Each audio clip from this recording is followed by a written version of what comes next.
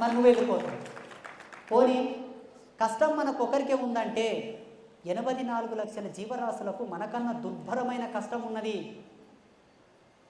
నీ కాకలైతే ఎవడన్నా భిక్షేస్తాడు, దానికి ఒక రోజు వేట దొరకకపోతే అవి ఏం చేస్తాయి? అట్లే బ్రతుకుతాయి. ఎవరికైనా కంప్లైంట్ చేస్తాయా? చెయ్యవు. ఎంతోమంది మెంటల్ డిజార్డర్ ఉన్న వాళ్ళు మెంటల్ హాస్పిటల్లో ఉన్నారు. ఎంతోమంది హాస్పిటల్లో కాళ్ళు చేతులు కదలని వాళ్ళు ఉన్నారు. ఎంతోమంది జైల్లో కఠిన కారాగార శిక్షలు అనుభవిస్తున్న వాళ్ళు ఉన్నారు. మీరు సుభిక్షంగా ఉన్నారు, మీరు బాగున్నారు. వాళ్ళతో పోల్చుకుంటే మీ కష్టం పెద్దదా? చెప్పండి, పెద్దదా? భగవంతుడు మిమ్మల్ని చల్లగా చూశాడు కాబట్టి ఇంత మంచిగా పెట్టాడు. ఇంకా వెతుకులాట ఎందుకు? వెతుకులాట ఎందుకు? ఈ యాతన ఎందుకు అంటే నాకు ఒకటి అర్థమైంది. దేవుడు అన్నీ ఇచ్చాడు కానీ దేన్ని నువ్వు కొసురుతున్నావు, దేన్ని ఇంకా కొసురుతున్నావు. బేరం చేసేకాడు ఇంకొకటి ఏవా, ఇంకా 2 ఏవా అంటారు చూడండి. అట్లా నువ్వు కొసురుతున్నావు. దీనికి జరిగే పరిణామం ఏంటో తెలుసా? భగవంతుడు ఒక్కసారి ఇలా చూసేది పోయి ఇలా చూశాడు అనుకోండి, గేమ్ అంతా రివర్స్ వస్తుంది మళ్ళీ. అందుకే అత్యాస ప్రాణగండం అన్నారు పెద్దలు. మీకు ఇచ్చిన ప్రతి దాంట్లో భగవంతుని పాత్రతనే ఉంటుంది. నీకు నష్టం కలిగించాడంటే ఆయనకు తెలియదా? నీకు లాభం వచ్చిందంటే ఆయనకు తెలియదా? దీనికి అంతటి కారణం మనమే. మన ప్రతిఫలమే మనకు ప్రతిఫలమై తిరిగి వస్తుంది. కాబట్టి ఎప్పుడైనాను హిందువు అనేవాడు, సనాతనుడు అనేవాడు స్వతంత్రంగా బ్రతకాలి, తన ధర్మంలో తానే ఉండి బ్రతకాలి. పరధర్మాలకు ప్రాలాప పడకుండా బ్రతికిన నాడే మనమేంటి, మన ధర్మం ఏంటి, మన జాతి ఏంటి, మన గొప్పతనం ఏంటన్నది ఈ భూమాత పరవశించిపోతుంది. అది ప్రతి ఒక్కరూ గ్రహించాలి. ఈనాటి ఈ సభతో మనమందరం ఇక్కడ ఉపస్థితులమైనాం. ఏమో పోయే సంవత్సరం, వచ్చే సంవత్సరం, అటుపోయే సంవత్సరం మళ్ళీ ఉపస్థితులం అవుతామో కాదో, ఈ సెకండు, ఈ నిమిషం, ఈ సందర్భమే పరమ పావనమైనటువంటి సందర్భంగా మనం అందరం భావించాలి. భావించాలా, భావించకూడదా? దీన్ని ఏమంటారో తెలుసా? తృప్తి. తృప్తి తృప్తి పడగలిగిన వానికి ఎప్పుడు కూడా కష్టాలు రావు. అసంతృప్తితో ఉన్నవాడికి ఎప్పుడూ కష్టమే. ఇవన్నీ కూడా జీవన ప్రయాణంలో ఉండేటటువంటి ధర్మసూత్రాలు. ఇవే మన యొక్క పూజలు, ఇవే మన యొక్క నోములు. మనం పాటిస్తామా? పాటిస్తామా? పాటిస్తామన్న వాళ్ళ చేతులు లేపండి. అబద్ధాలు ఆడొద్దు, అబద్ధాలు ఆడొద్దు. ఇంతకుముందే చెప్పాను, మిమ్మల్ని అనుగ్రహించడానికి అమ్మనే వచ్చింది. పరాశ్రీ స్వామి అనుకుంటే మీ భ్రమ. భ్రమ దృష్టి తొలగించి బ్రహ్మ దృష్టితో చూడగలిగిన నాడే అమ్మ ఇక్కడ కనబడుతుంది. అందుకే మీరేం చేయాలి? ఇప్పుడు ఈ రోజటి డేటు ఎంత అయిపోతుంది? తేదీ జనవరి 31వ తేదీ నాడు పరాశ్రీ స్వామి అని ఒక బాల సన్యాసి వచ్చాడు. మాకు చెప్పాడు, ప్రతి దాంతో తృప్తి పడమన్నాడు. తృప్తి పడతాం. అత్తమామలని గౌరవించమన్నాడు, గౌరవిస్తాం. ఆడపడుచులను గౌరవించమన్నాడు, గౌరవిస్తాం.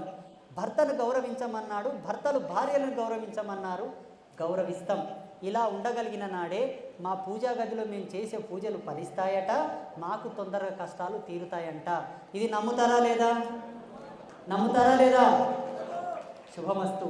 దీంతో పాటు ఇంకొక చిన్న అంశం, ధర్మద్రోహానికి మించిన ప్రాయశ్చిత్తం లేదు. ఏమిటి ధర్మద్రోహం? ఈ భరతమాత ఈ భూమి అంతమయ్యేంత వరకు ఈ భరతమాత కడుపులో ఎంతమంది యోగులను పుట్టియాలనో పుట్టించింది. ఏ యోగితో ఏమేమి ఈ జాతికి ఇవ్వాలో ఇప్పించింది. ఏదో కొరవడిందని, ఏదో తక్కబడిపోయిందని ధర్మద్రోహం గనక మీరు చేస్తే, ఇంతకుముందు నేను చెప్పిన ధర్మసూత్రాలు మీరు ఎన్ని పాటించినా సర్వం శూన్యం, అన్నీ సున్నా. అంటే అర్థం ఏంటి? ఇక్కడ కూర్చున్న వాళ్ళు ఎంతమందిలో దర్గాలకు పీర్ల పండుగకు సేవ చేస్తారో చేతులు లేపండి. లేపాలి, ఇప్పుడు లేపాలి, లేపండి. మీరు లేపకపోయినా నాకు తెలుస్తుంది ఎందుకు నాటకాలు ఆడుతున్నారు. ఎంతమంది తుర్కదేవులకు ఉరుసులు చేస్తారు, పీర్ల పండుగకు ఉరుసులు చేస్తారు, చేతులు లేపండి. సరే సరే లేపకుంటే పోతుంది. మీ సెంటిమెంట్ దెబ్బతింటుంది మళ్ళా. అంటే ఈ సభలో మీరు ఇన్సల్ట్ అవుతారని ఫీల్ అవుతున్నారేమో. ఒక్క విషయం బాగా గుర్తుపెట్టుకోండి, ధర్మదేవత దృష్టిలో ఇన్సల్ట్ అయితే ఎలా ఉంటుంది? మాలాంటి తాపసుల దృష్టిలో ఇన్సల్ట్ అయితే ఎలా ఉంటుంది? మీరు వేరే దేవుళ్ళ దగ్గరికి వెళ్ళి పూజలు చేస్తే జరిగేది గదే. ధర్మో రక్షతి రక్షిత అని పలికినటువంటి ఈ యొక్క సాధు యొక్క వాక్కును ధిక్కరించి కించపరిచిన పాపం మీకు తగులుతుంది. బాగా గుర్తుపెట్టుకోండి. ఆ పాపం మోయగలిగే శక్తి మీకుంటే వెళ్ళండి. ఏం స్వామి భయపెడుతున్నావా? భయం కాదు ఇది, భయం కాదు ఇది. చూడండి, మీకేమన్నా తక్కువైపోయింది, ఏదన్నా ఇబ్బంది అయి ఉంటే దాన్ని మేము మోసుకుంటాం. బిజ్జారాకి రారి, అంబాత్రయ క్షేత్రం కాడికి రారి, పరాశ్రీ స్వామి అని గట్టిగా పిలవండి. నేను రూమ్లో ఉంటా, బయటకు ఉరికితోస్తా. చూడయ్యా, సనాతన ధర్మంలో ఇది జరిగింది, సనాతన ధర్మంలో ఇది ఉందని నాతో మాట్లాడండి, నేను మోసుకుంటా, మీ కష్టాలు మొత్తం నేను తీరుస్తా.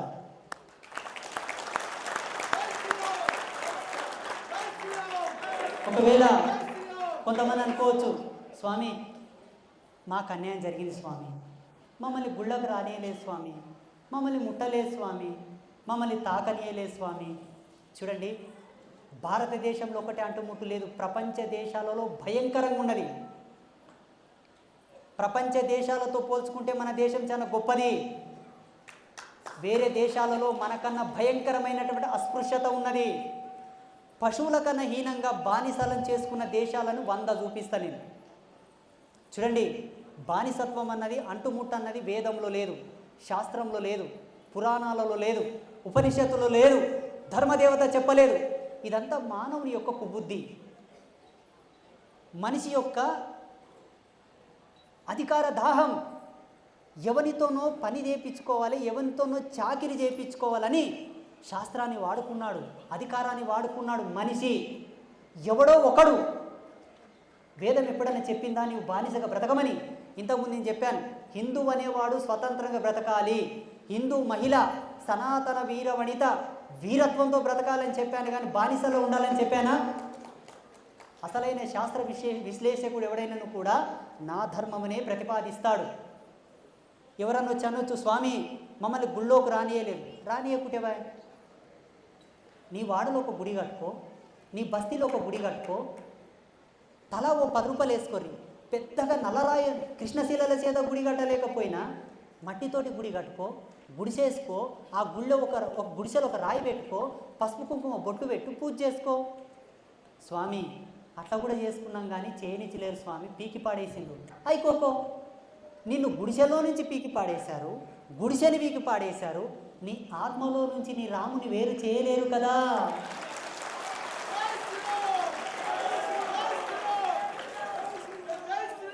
నీ ఇంట్లో తలుపులు వేసుకొని కళ్ళు మూసుకో, దీపం పెట్టుకో, జ్యోతి స్వరూపుడైనటువంటి పరంధామను మనములో నిలుపుకొని కొలవయ్యా.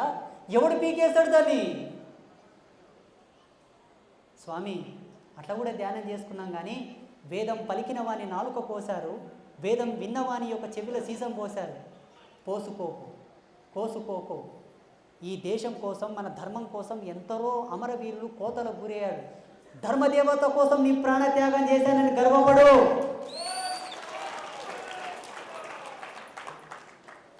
ఏమండి, సద్భావనతో సత్ప్రవర్తన ఉండాలనుకుంటే ఎలాగైనా ఉండవచ్చు, ఎలాగైనా బ్రతకవచ్చు. విచ్ఛేదనం చేసి, చీలికలు చేసి, మనలో మన ఘర్షణలు పెట్టి, భరతమాత ముద్దు బిడ్డలమైన మనమందరం కొట్టుక సావనికి వేసినప్పుడు కుట్రకు మనమందరం బానిసలమైనం. మనమందరం పరమతాలతో పోయి ఏదో జరుగుతుందని, ఏదో వస్తుందని, ఏదో అయిపోతుందని చెప్పి ఈ ధర్మదేవతను, భరతమాతను, మాలాంటి తాపసులను, యోగులను వాళ్ళతోన పోయి కూదబెడుతున్నాం, తాకట్టు పెడుతున్నాం.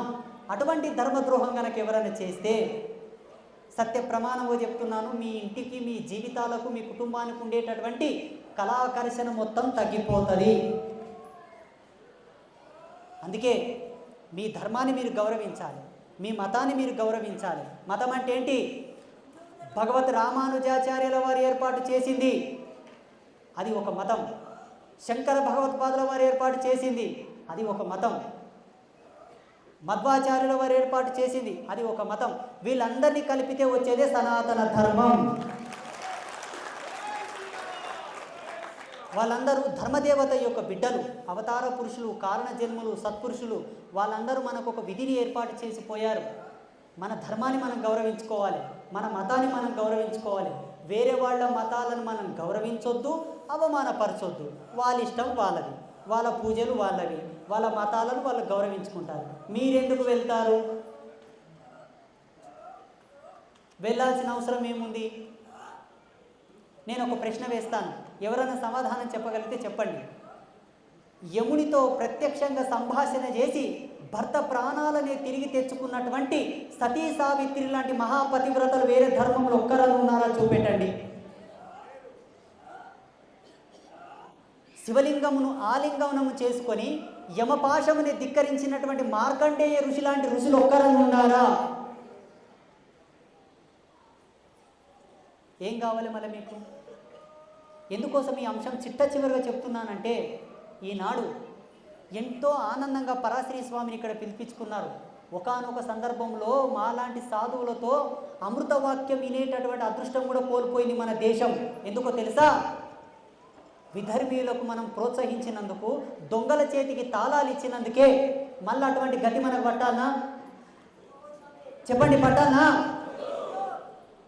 అటువంటి గతి మనకు పట్టకుండా ఉండాలంటే మీ వారసత్వానికి మీ కింది తరాల వరకు మాలాంటి సత్పురుషులు వచ్చి ధర్మబోధ చేయాలంటే మన ధర్మాన్ని మనం గౌరవించుకోవాలి, మన గురువులను మనం గౌరవించుకోవాలి, మన గురువుల యొక్క పాదసేవ చేసుకొని పాదతీర్థం శిరస్సు మీద చల్లుకొని పావనం కావాలి, మన గుళ్ళు గోపురాలు డెవలప్ చేసుకోవాలి.